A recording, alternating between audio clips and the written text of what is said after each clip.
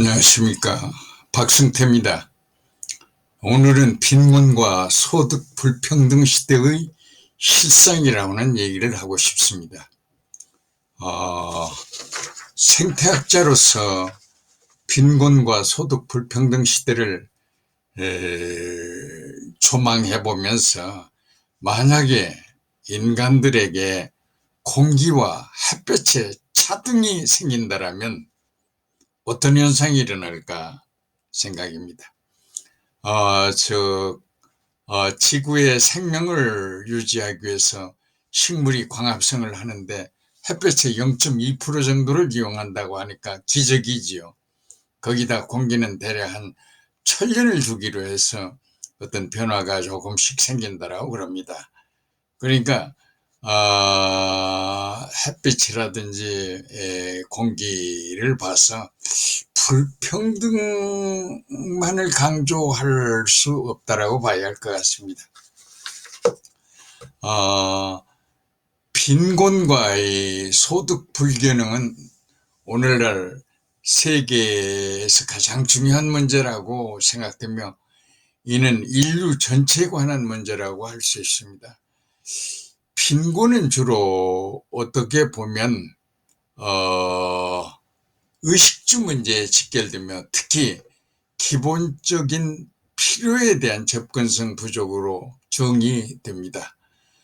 또한 소득 불평등은 같은 지역 내에서 부와 소득의 불평등한 분배를 의미하는데 이러한 문제들은 솔직히 상호 연관이 있고 지역사회에서의 어떤 하이라키칼한 영향을 미친다 이렇게 생각할 수가 있습니다.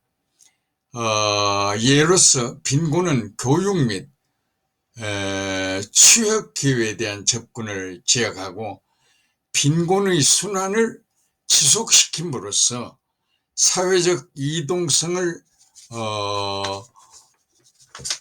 둔화시킨다라고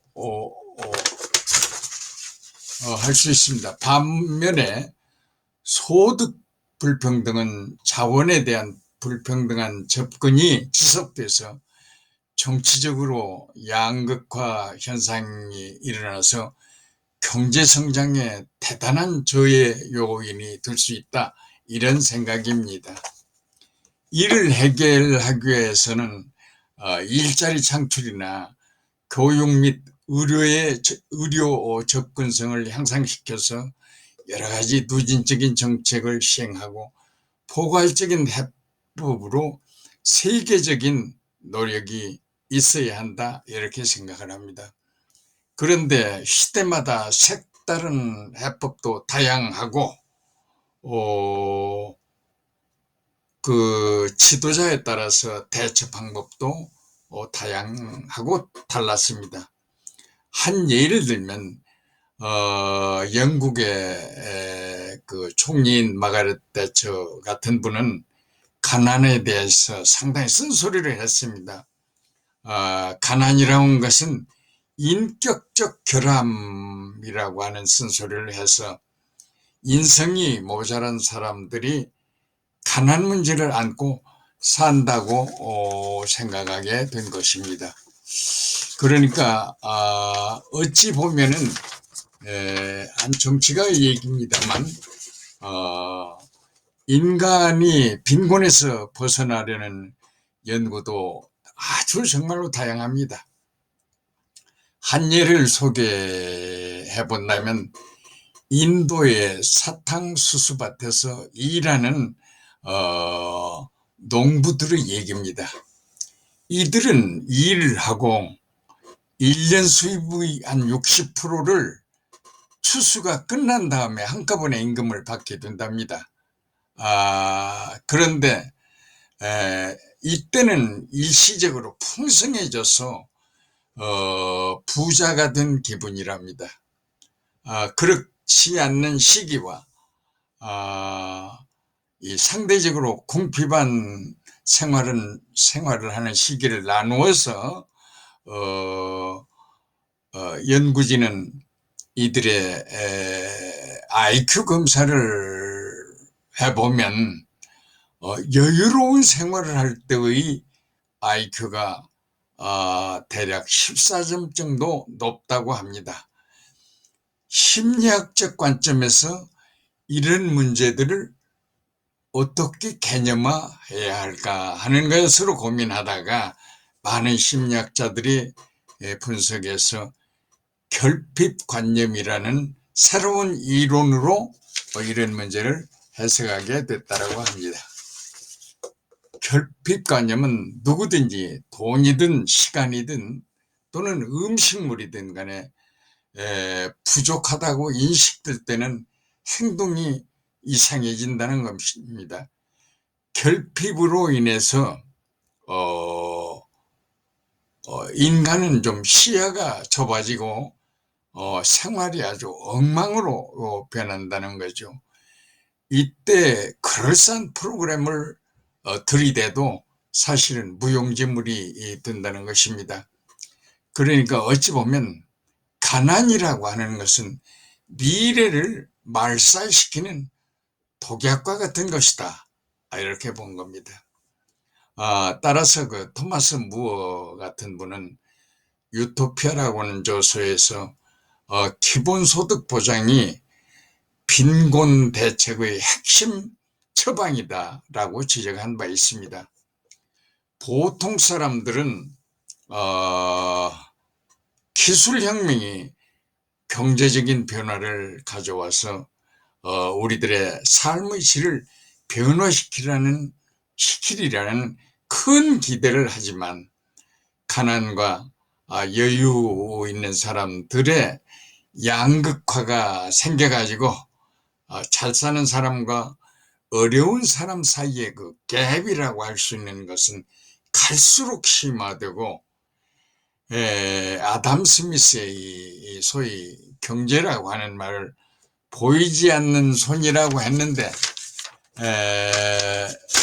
점점 이런 것들이 무색하게 되어가고 있습니다.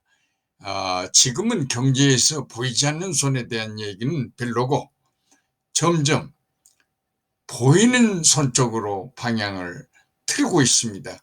주식 같은 것은 올랐는지 내렸는지 보여야만 투자를 하게 된다는 얘기입니다. 빈곤과 소득 불균형은 생산이 증가해도 분배가 원활하지 못하고 또한 정실자본주의는 고소득자에게만 득이 되는 기현상에다가 다국적 기업의 경제력이 횡포는 정말로 극에 달하는 시대가 됐습니다.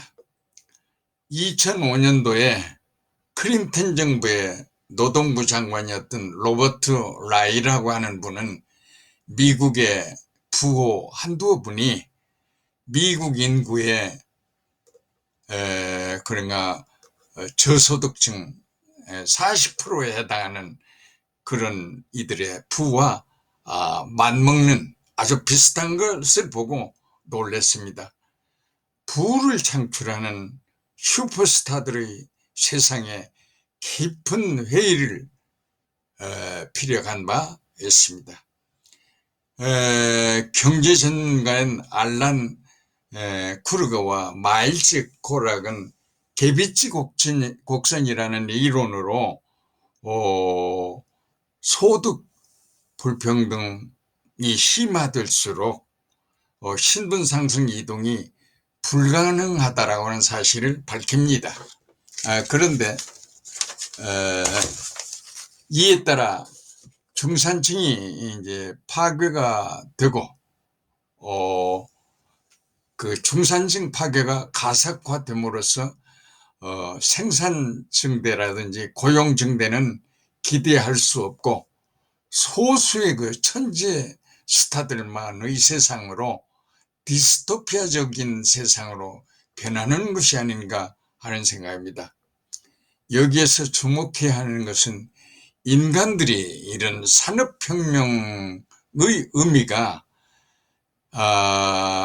어떤 낙관론에 부딪혀서 그 사건의 본질을 명확하게 알아내지 못한 그런 것도 있습니다. 그래서 이러한 현상을 면밀히 분석함으로써 일부 구원론으로 이론이 확산되며 낙관적 태도보다는 인류 전체 구원에 대한 생각을 찾고 새로운 의미를 찾아야 할 때가 아닌가 하는 생각을 가져봅니다. 생태학적인 여러 가지 그 분배, 그러니까 자원의 분배라든지 자원의 이용, 이런 것들을 보면은 인류도 평등사회를 이룰 가능성이 높다라는 것을 지적하면서 마치겠습니다. 감사합니다.